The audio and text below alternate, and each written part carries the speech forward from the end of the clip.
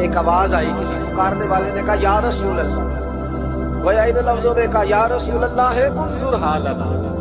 حضور نے پلٹ کے دیکھا تو ہرنی بندھی ہوئی، ہرنی۔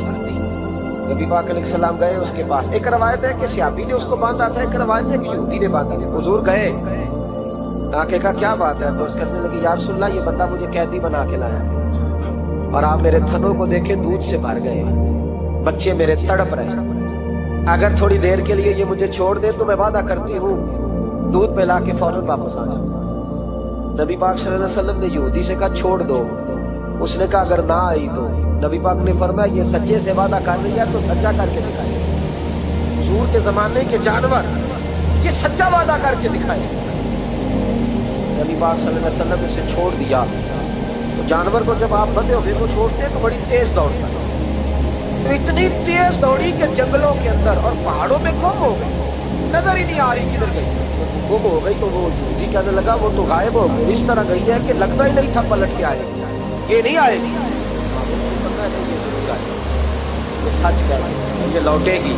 وہ یہودی کہتا جب میں نے کہا نا نہیں آئے گی تو واہ میرے محبوب تیری شان پہ بھی قربان جائے، کیا انداز ہے۔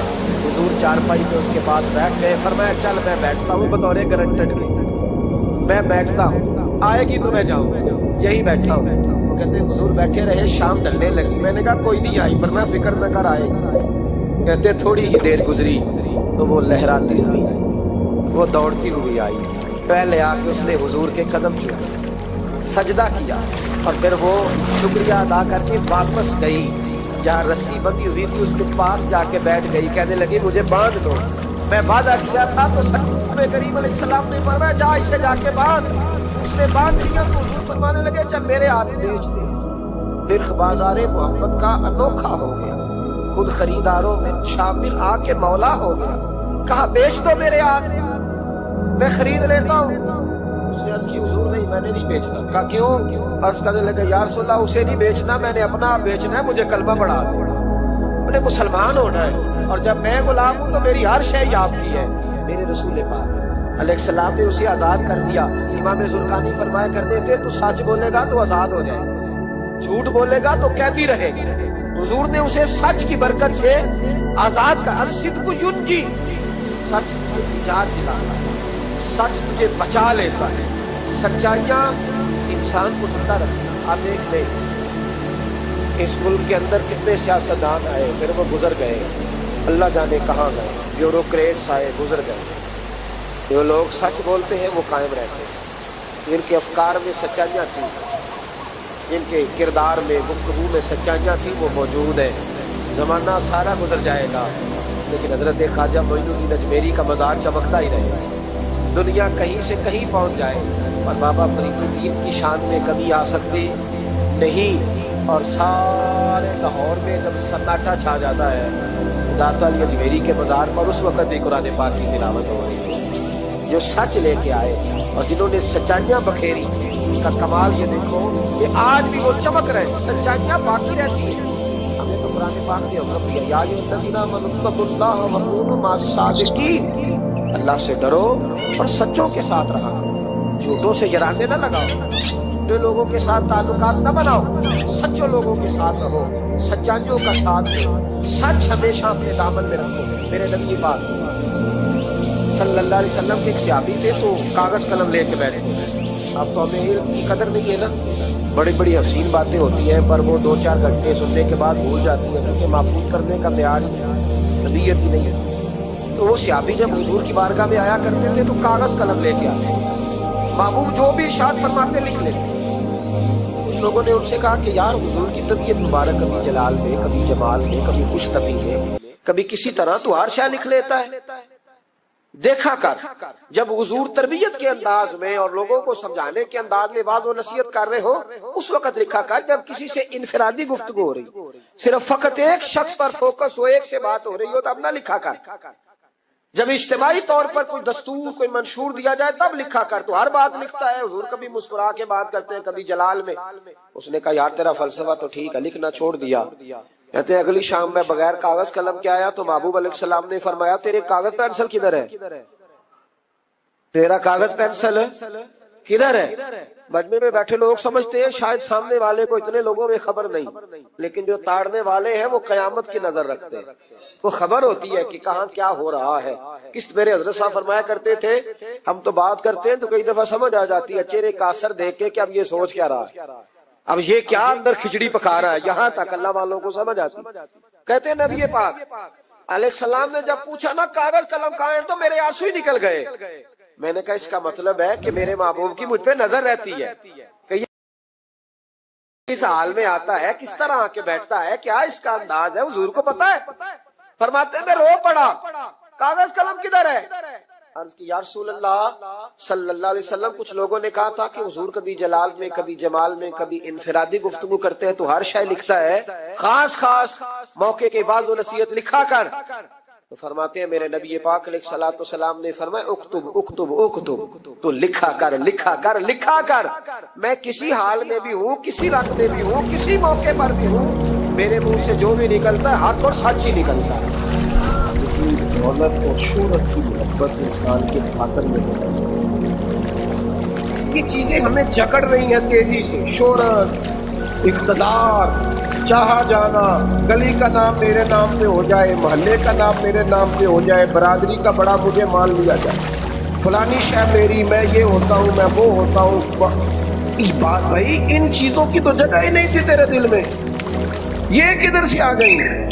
تیرے دل میں تو تیرے لیے تو نسخہ یہ تجویز کیا گیا تھا کہ تیری جان سے بھی زیادہ قریب رسول پاک ہے۔ تجھے تو صبح سے شام تک دیکھنا تھا کہ تو نے محبوب کی ناک کتنی بڑی ہے، تو نے تو دیکھنا تھا دل میں تڑپ کتنی ہے رسول پاک کی، حضور کی سنت کا، شریعت کا پاس کتنا ہے۔ صبح سے شام تک تو نے تو یہ سوچنا تھا کہ میں خدمت دین متین میں اپنا کردار کتنا ادا کر سکوں۔ تجھے زندہ رکھنا ہے، تیری روح کو اگر بچنا ہے تو وہ نبی پاک کی محبت سے بچے۔ مرکزی نقطہ فاضل بریلوی نے سمجھایا ہے، ایمان کا مرکزی نقطہ۔ سب لوگ کہتے ہیں دنیا میں صبح شام دعائیں مانگی جاتی ہیں، یا اللہ با ایمان لے جانا، یا اللہ با ایمان لے جانا، یا اللہ با ایمان لے جانا، اللہ ایمان پہ خاتمہ کرنا۔ تو اعلیٰ حضرت فرماتے مجھے تو خاتمہ بالخیر کا پتہ بھی چل گیا کیسے ہوتا ہے، حضور کس طرح ہوتا ہے۔ فرماتے ہیں انہیں جانا انہیں مانا، نہ رکھا غیر سے کام۔ اس پر ایک نتیجہ مرتب ہوا ہے، وہ بھی اگلے مصرے میں بیان کرتے ہیں۔ فرماتے ہیں کہ انہیں جانا اور انہیں مانا، پھر نہ رکھا غیر سے کام، تو نتیجہ کیا نکلا؟ للہ الحمد، میں دنیا سے مسلمان گیا، میں شکر ہے اللہ کا میرا ایمان سلامت رہا۔ ہم اگر اپنے دل کو اس محبت میں لے آئیں گے نا میرے بھائی، تو پھر نہ رکھا غیر سے کام۔ میں آپ کو یقین سے بتاتا ہوں کہ بس کر دیں جی ڈرون شرون، ہمارا کیا لینا دینا ان چکروں سے، اللہ آپ کو جزائے خیر عطا فرمائے۔ ہم تو آپ سے بات کرنے آئے ہیں اور آپ بات سننے آئے ہیں، اللہ خیر فرمائے۔ کسی درویش کا آئینہ ٹوٹ گیا تھا تو کہا جناب آئینہ ٹوٹ گیا، فرمانے لگے چلو شکر ہے اپنا آپ دیکھنے سے جان تو چھوٹی، ورنہ اپنا آپ ہی دیکھتے رہتے تھے۔ گھر سے آئینہ دیکھنا بری بات نہیں، لیکن صرف اپنا آپ ہی دیکھتے رہنا اور ہر وقت دیکھتے رہنا۔ خدا مجھے ایسی خدائی نہ دے کہ اپنے سوا کچھ دکھائی نہ دے، یہ بھی کوئی اتنا ٹھیک مسئلہ نہیں۔ آپ غور فرمائے، کیا عرض کرنا چاہتا ہوں آپ کی خدمت میں میرے عزیز۔ ایک تو اگر میں بڑی سمجھداری سے اور بڑے غور سے اور بڑی توجہ سے آپ کو یہ بات سمجھانا چاہتا ہوں کہ اگر حضور سے پیار کرو گے نا تو یہ جتنی دولتوں کی اور شہرتوں کی محبت دل میں آتی ہے یہ خود بخود نکل جائے گی، خود بخود نکل جائے گی، آسانی ہو جائے گی، جینا آسان ہو جائے گا۔ دوسری بات آپ کی خدمت میں عرض کروں،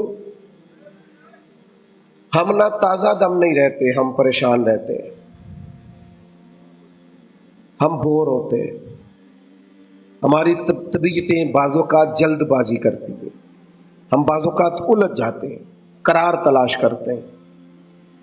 اس قرار کو تلاش کرنے کے لیے پھر بعض لوگ الٹی سیدھی موویز دیکھتے ہیں، بعض لوگوں کا خیال ہے کہ شاید میں کوئی لطیفہ سنوں گا تو معاملہ ٹھیک، اور پھر اس کا نتیجہ بھی نکلا ہے لطیفے سننے کا، اب لطیفے سنانا بھی اتنا بڑا کام ہو گیا ہے کہ مولوی ہے پگڑی داڑھی والا لیکن اس کے نام کے نیچے لکھا فنی مولوی.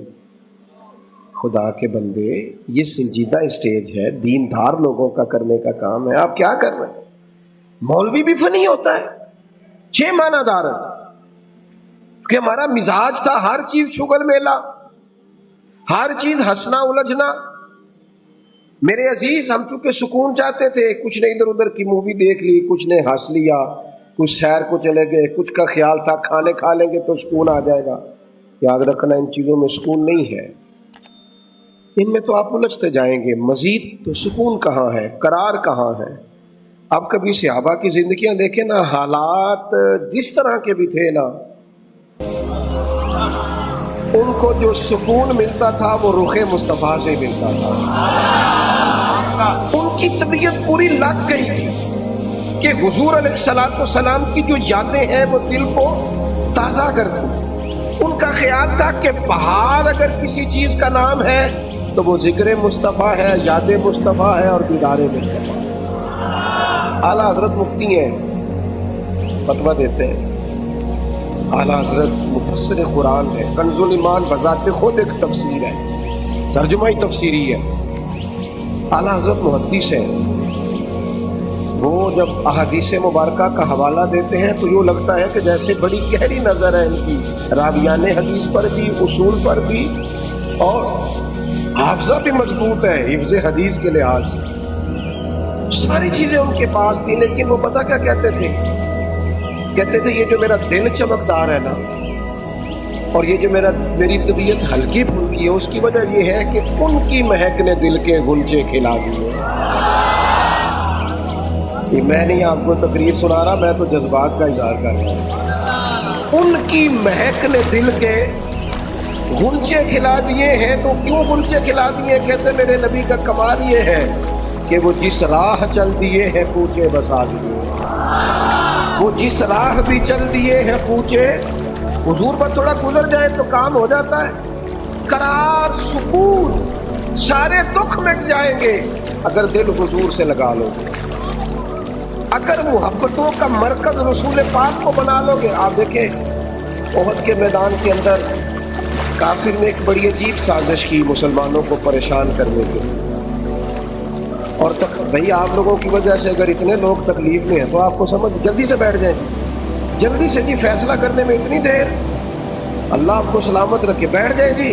اب آپ کھڑے ہیں جناب، آپ بھی بیٹھ جائیں، اللہ آپ کو برکت عطا فرمائے. اچھا ایک بندہ محفل میں کھڑا ہو جاتا ہے موبائل لے کے، اللہ انہوں سمجھنا چاہیے کہ باقی سارے اگل بھی ہیں موبائل. تو خدا کے بندے آپ کی وجہ سے اتنے لوگ پیچھے اگر پریشان ہیں تو آپ کو سمجھنا چاہیے اس چیز. اللہ تعالیٰ آپ سب کو ہنستا اور مسکراتا رکھے.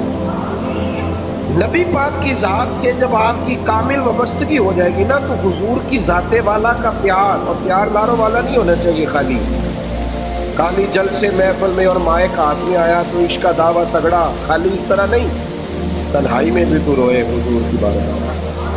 ایک محفل میں ایک دفعہ حاضر تھا تو ایک لاکھ کا بچہ میرے پاس آیا، کہنے لگا جی میری سفارش کر دیو، میں بھی حضور دی بارگاہ چ حاضری لوانی ہے. میں کہ پتر تو گھر جا کے پڑھ لے، اتنے بھی حاضری لگ جائے گی کہ 4000 بندہ چاہیے حاضری لوان لو. حضور کی بارگاہ میں تو جہاں بیٹھ کے بھی پڑھے حاضری لگ جاتی ہے. اس کے لیے کیا ساج سمر کے مجلس ہی فقط ہو تو حاضری لگتی ہے؟ یہ بھی اعلیٰ حاضری ہے، پر وہ تو واللہ وہ سن لیں گے اور فریاد کو پہنچیں گے. بس اتنا تو ہو کوئی فریاد کرے دل سے، تو بات تو دل سے کر. آپ کی جب کامل وابستگی حضور سے ہو جائے گی نا تو یہ غربتوں کا ڈر، یہ پریشانیاں، یہ آزمائشیں، ایک جگہ رونا نہیں رویا حضرت بلال نے کبھی اپنی غریبی، ایک جگہ پریشان نہیں ہوئے کبھی حضرت سلمان فارسی کے نئے پردے سے، ایک جگہ بھی کبھی جناب صہیبی رومی کو تکلیف نہیں ہوئی. کیوں بلا؟ اس لیے کہ حضور کی محبت ایسی دوا ہے جو ہر بیماری سے شفا عطا کر دیتی. احد کے میدان میں کافروں نے ایک چال چلی تھی. ان کو پتا تھا کہ کون سی بات مسلمانوں کو زیادہ پریشان کر سکتی. انہوں نے ایک افواہ پھیلا دی تھی کہ معاذ اللہ حضور کو شہید کر دیا گیا. اس کی وجہ سے شدید پریشان ہوئے صحابہ، اور جنگ کے جو نتائج برعکس آئے اس کی بڑی وجہ یہ افواہ بھی بنی.